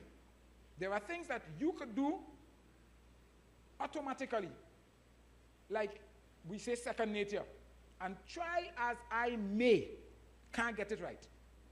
And there are things that I can do that you will never be able to do. But we like to be like the other person because they look good doing it. But that's not what God designed you to. God has given you certain gifts that may be different from mine. Operate in your gift. And wherever God has placed you, at this time, it is deliberately done so that you could benefit the situation. So today, I see everybody looking there. Do you know anybody there? The guy who is dumping the stuff in the mixer, his son was on a program from the secondary school that he was attending, and they spent the entire day with us. That's Pastor Richards, Inskip Richards, one of the pastors that went to Dominica with us. I'm looking for Sister Daisley. Where is she? Okay. Let's see if we see anybody. That's Elva Tuse. But she's married now. I don't remember the surname. With the dust mask. Look at the view. Look at the view. Anybody remember who's operating the ransom? He got married on the 2nd of December last year. Met the girl at that A.D.R.A mission camp in February. And before the year done, he said, hey, I'm not waiting until next carnival. You know, some young sprinter might pass and take my prize. Andy is his name. So you see, A.D.R.A gives you so many opportunities. Yeah. A.D.R.A is not just hard work. Now listen, the sun is closer to Dominica than it is to Trinidad. Eh? Anybody could testify? It was blazing across there. But we came out every morning and we delivered. And when you want to cool down, just watch right across the road, you'll see the sea. And imagine yourself taking a swim. All right? Opportunity. Next year, we may be going to some other island. The disaster has not happened yet. But we're ready. Be ready. Yeah, we sung it like vultures, eh? It's not like that. Since we are aware that every year, without fail, some disaster occurs in one of our islands, we ready ourselves to go out there and treat with them. you could be one of those people next year. And even if we don't travel, you could be one of us right here. They say love begins at home, right? And ends abroad. Well, we switch it around. We started abroad and now we're home. This year we were home. So wherever A.D.R.A goes, and this is just once during the year, you know, that's carnival time. We capitalize on the opportunity. Most people are not working. School is out. And Trinidadians have money. So we do a little travel. You get to see another island. You get to sample the culture. The food is different. The food is different out there. The breeze is different. It's fresh air. Fresh air. Do I need to say it again? So, who's that? Jamaica. Rondell from Cleveland Temple, one of the elders there. And we participated in the construction of what is intended to be a 25-house development. We were there for the first 3 houses. And who is this? I know Sister Daisley had a piece of cloth across her face like a hijab. So anytime you see anybody like that, you know it's her. This is Don Roberts from South. This is the lady who got married, the one in the red top, who got married to Andy. This is Pastor Fafan, Women's Ministry, accompanied A.D.R.A, joint venture. And that person looks like somebody, who's that person? This young lady called that man next to her Platinum because of the color of his hair. Right? This is our brother from Kuva Church. This is the threesome. But, you know, quite a number of them I didn't know before I went to Dominica. And when I came back with a bunch of friends more than I left. So you're networking. This is the oldest member of the group. He is 87. And he went up to the top of the sofa. We had to help him down, but he made it to the top. He made it to the top. Thank you for that. Thank you for that. I didn't anticipate it. And this is just one trip. Just one trip. I want to adjure you this afternoon to consider becoming a member of A.D.R.A. A.D.R.A is fun and work. We work hard and we play hard. That's what we call the balance of life. We work hard and we play hard in Jesus' name. If there is anyone today who feels that they have not been doing enough and could possibly do more and can be ably assisted in meeting their Christian obligation, which is to love your neighbor as yourself, and you want to say today, as we say in A.D.R.A, I am A.D.R.A. There's a video that we run. I am A.D.R.A. And you want to say today, I am A.D.R.A. Just put your hand up. You want to be a part of A.D.R.A? And you could start with the programs right in your community. You don't have to travel yet. Some people, that's not possible right away. But you want to say, whenever you're having a program next, whether it's a training program, whether it's a community program, whether it's a project, whether it's a disaster relief effort, call on me. Put your hand real tall. Let me see. You want to do like Jesus do, and wherever you go, you want to be doing good. Heaven has taken a note of your resolution this afternoon, that you want to be of some assistance to humanity. You want to make life easier and better for some people who are having a real hard time. Heaven has taken note of that resolution. And I want to suggest to you that you meet with Sister Allen and register as part of the team from the La Joqueta community that will be ready to respond to any need in your community, especially if it's a disaster with a family or the like. And to join with the National A.D.R.A Corps whenever we travel to different parts of the country to do our various projects. And whenever we meet at Piaco to go out in one of the islands to have fun. To have fun. I want to thank you today, notwithstanding the team, because usually when the team comes, it's 20, 30 people, big band, but the leader of the band had surgery yesterday. I understand it was successful. And I want to commit to you that as one of the vice presidents of A.D.R.A, we're going to be back, because one person cannot prevail upon you all that A.D.R.A is. You need to get the different versions from the different people. So we're going to come back, and we're going to spend the entire day, in fact.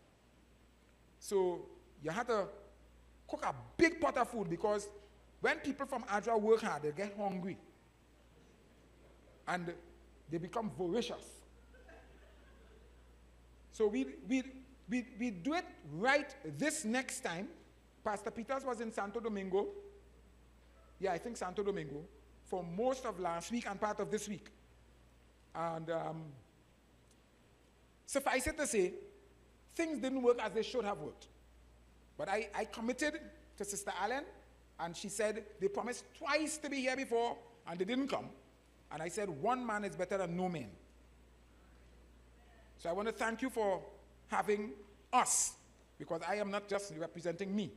I want to thank you for having me as a representative of A.D.R.A to introduce you, to orient you to A.D.R.A, what it means, what it does, and what you can do having become a member, an active member of A.D.R.A.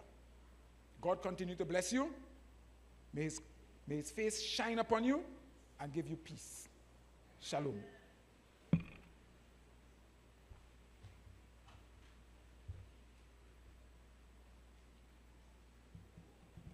Weren't our hearts thrilled as we sat and listened to A.D.R.A's approach to practical gospel? Head, heart, and hand. God is indeed good, and God is truly calling us to take a step forward and join with A.D.R.A, partner with A.D.R.A as we minister to the needs in our community. Sister Allen, would you like to say a word or two?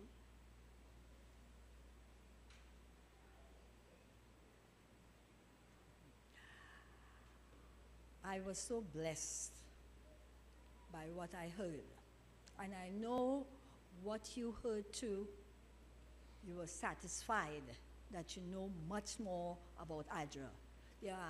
I know that there were so many of us who didn't know anything about A.D.R.A. We didn't even know what A.D.R.A meant.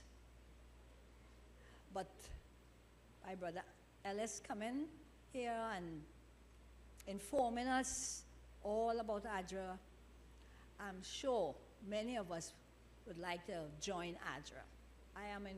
When there are workshops or whatever is being done, I will inform the church so that you can decide what you're going to do. And I want to thank Brother Ellis so much for coming. It's better we had one man than we didn't have any. So thank you very much for coming. Amen. Thank you, Sister Allen. All right, so we're going to stand and we're going to sing now song number 359. Hark the voice of Jesus calling. Who will go and work today? Fields are white, the harvest waiting. Who will bear the sheaves away?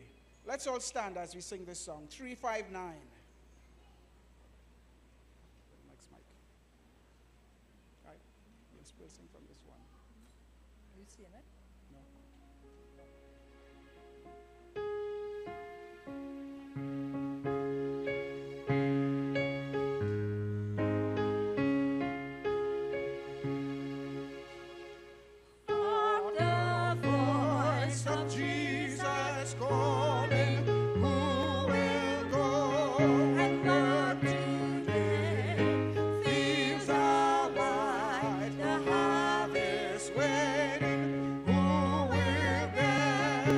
She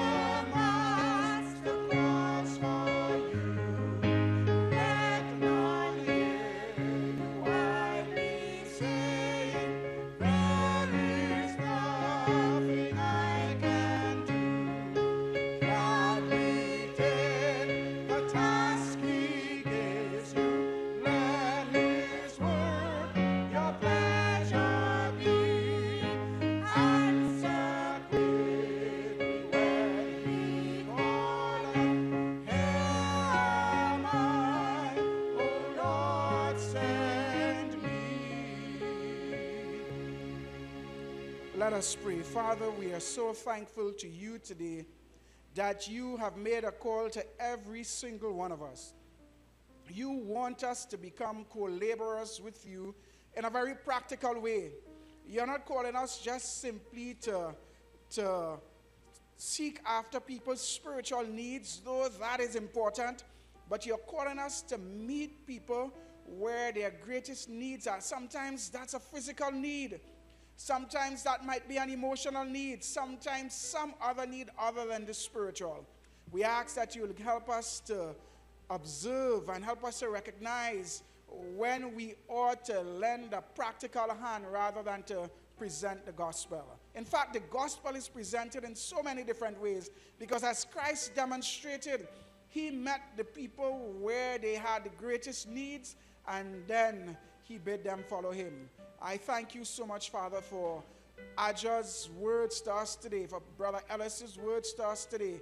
We ask, God, that you'll move upon our hearts and that you truly help us not to just simply take this as any old other sermon, but help us to recognize that you are placing an extra special call on each of our lives.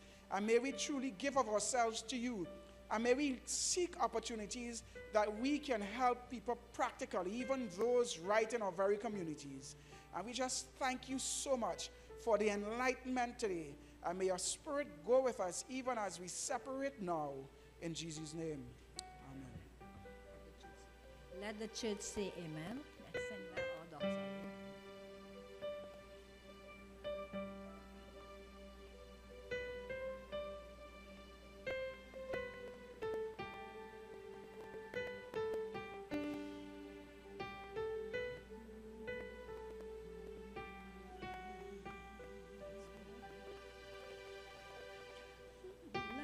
Church, say amen. Let the church say amen. God has spoken, so let the church